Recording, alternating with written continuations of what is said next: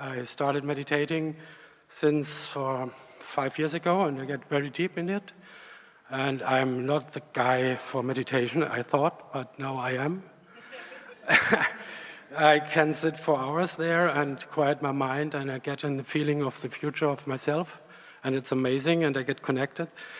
And I just have the questions. Every creation is based on our thoughts and feelings, and our focus on the right mood, and about the beliefs in us, about the programs. And why do we have the program of getting older, of getting ill, and observation to die? We are here to die, and I don't know why, because we are an eternal being, and I think that's who programmed us to death? Who programmed you to walk through this door into this room and spend some time with us, and then who's programming you to get up and walk out of this door and go do something else? Death is not different than walking out that door. Yes, death is just a thought. It's not just a thought. It is really an experience. It's a really clarifying experience. It really is something that is happening that you will have cognitive awareness of. It's not an illusion. It's not just a game we play with you. You will have a reemergence into non-physical, and you will feel the clarification of who you are, and you will rejoice in everything that you lived that brought that about, and you will savor your new vantage point. We just don't think you should have to croak in order to have that. You can have that even while you are here. But new vantage points are really, really good, because you realize, from non-physical standpoint, you realize that in the physical environment where there is manifestation, which is so delicious and so good, and it's why you come, that once things manifest, then there are things to observe. And that observation causes patterning or trending that then you sort of get stuck in that. And so you want a new perspective. And so that's why you like to have a new vantage point. It's like, we promise you, as delicious as we all are together, and as brilliant as we are,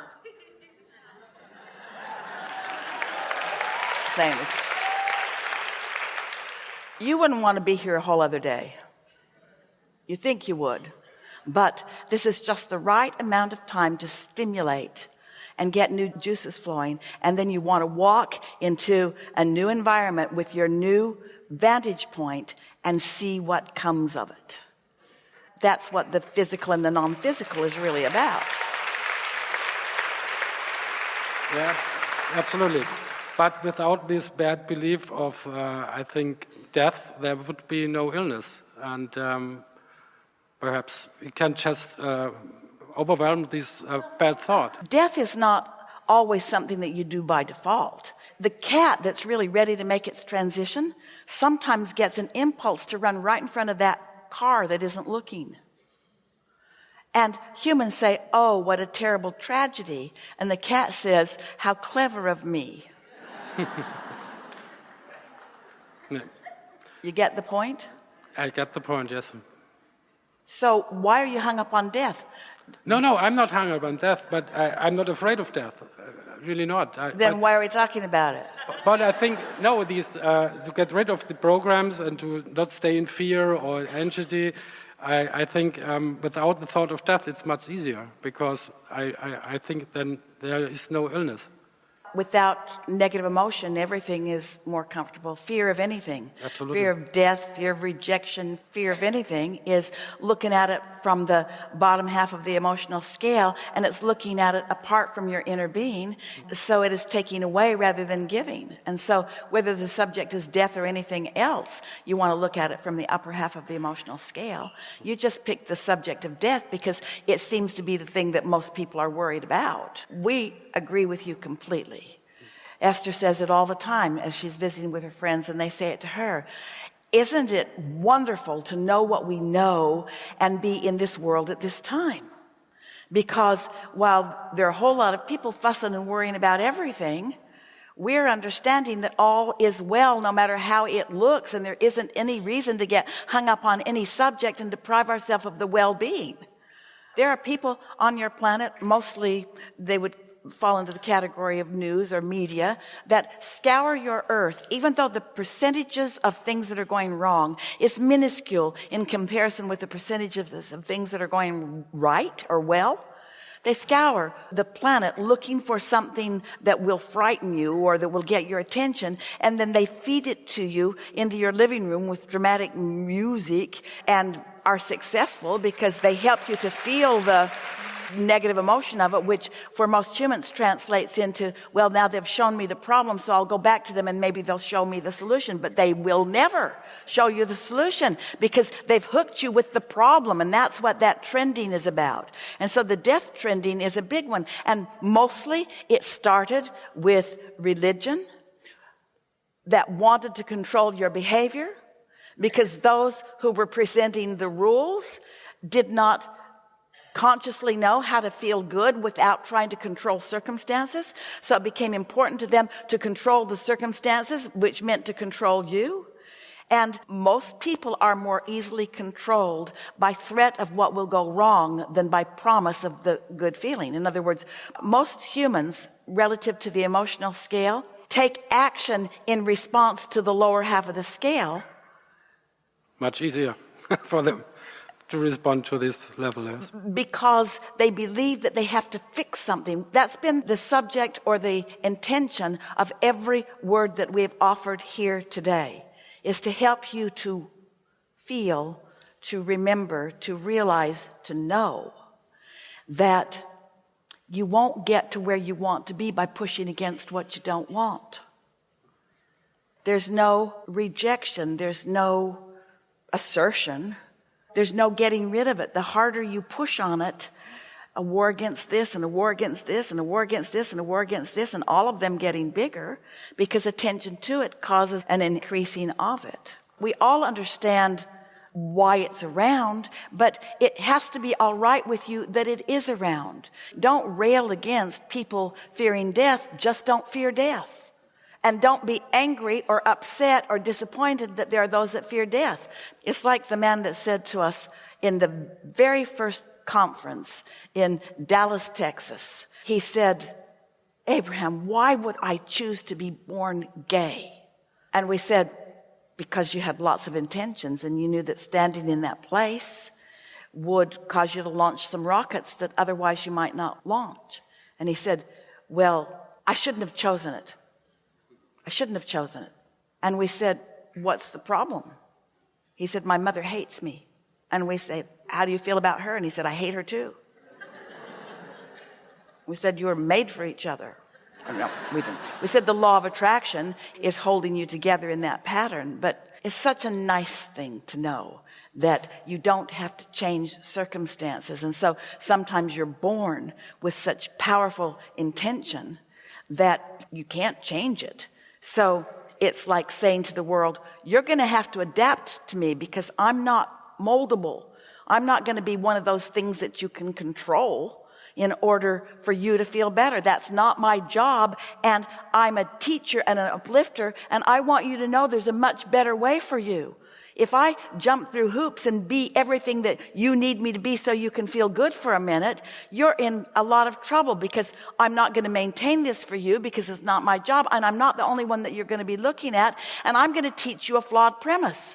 I'm going to make you believe that you can control things that you can't control, so you're never going to find happiness. But if I can stand solid in my difference, and you can love me anyway, now the whole world is yours.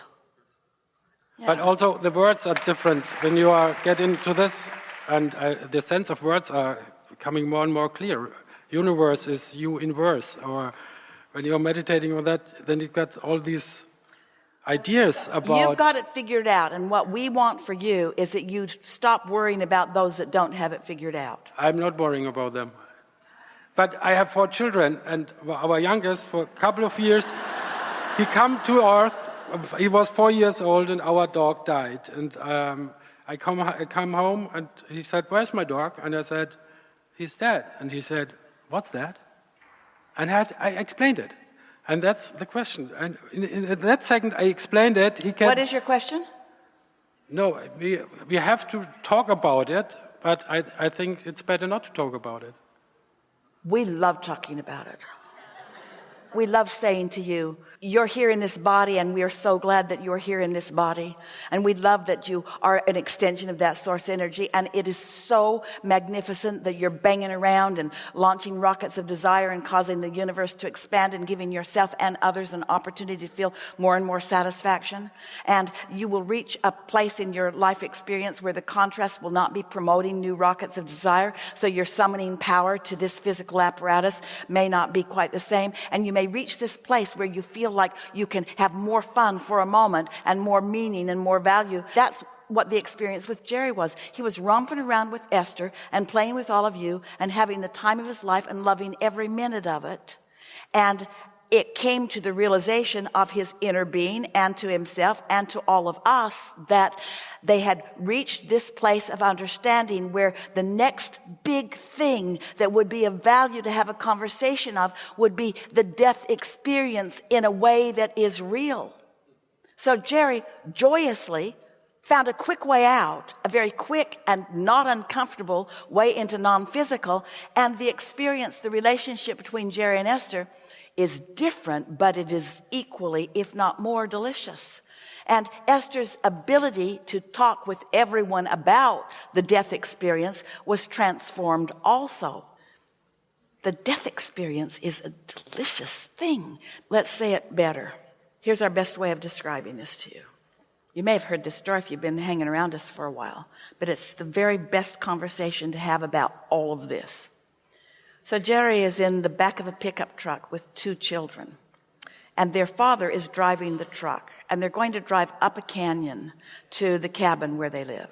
And it's nighttime, and he's in the back of the pickup truck with a canvas tarp over it with a flashlight, and he's tutoring these children in Spanish.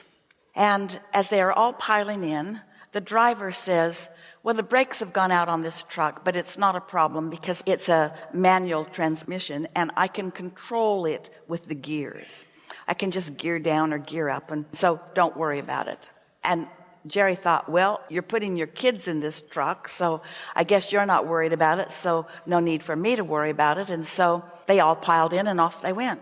And as they're going up the mountain, up and down and around and going up a little and going down a little, Jerry is listening, and he can hear that this driver is having a hard time getting it into the lower gear. The truck is going too fast. They're going downhill, and the momentum's too fast. It's grinding the gear. He cannot get into the lower gear.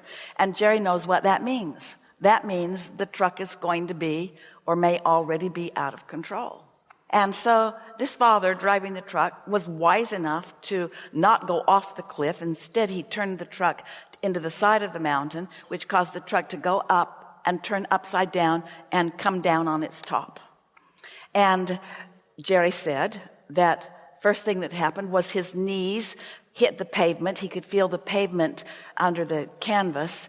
And he thought, oh, that's not so bad. And then the truck landed on all of them, and Jerry lost consciousness. Not for long.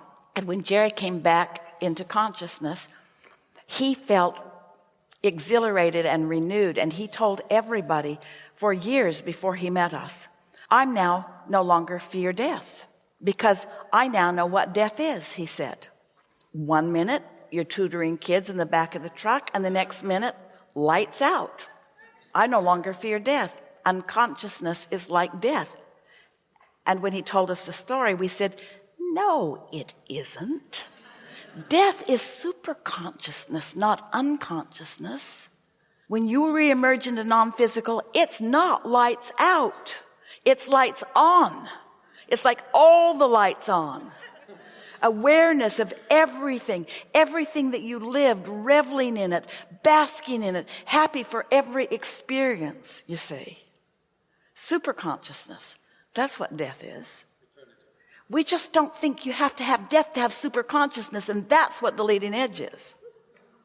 Yeah, you can, in meditating, you can contact it. Right? Really good. Yeah, Really good. Yeah, really good.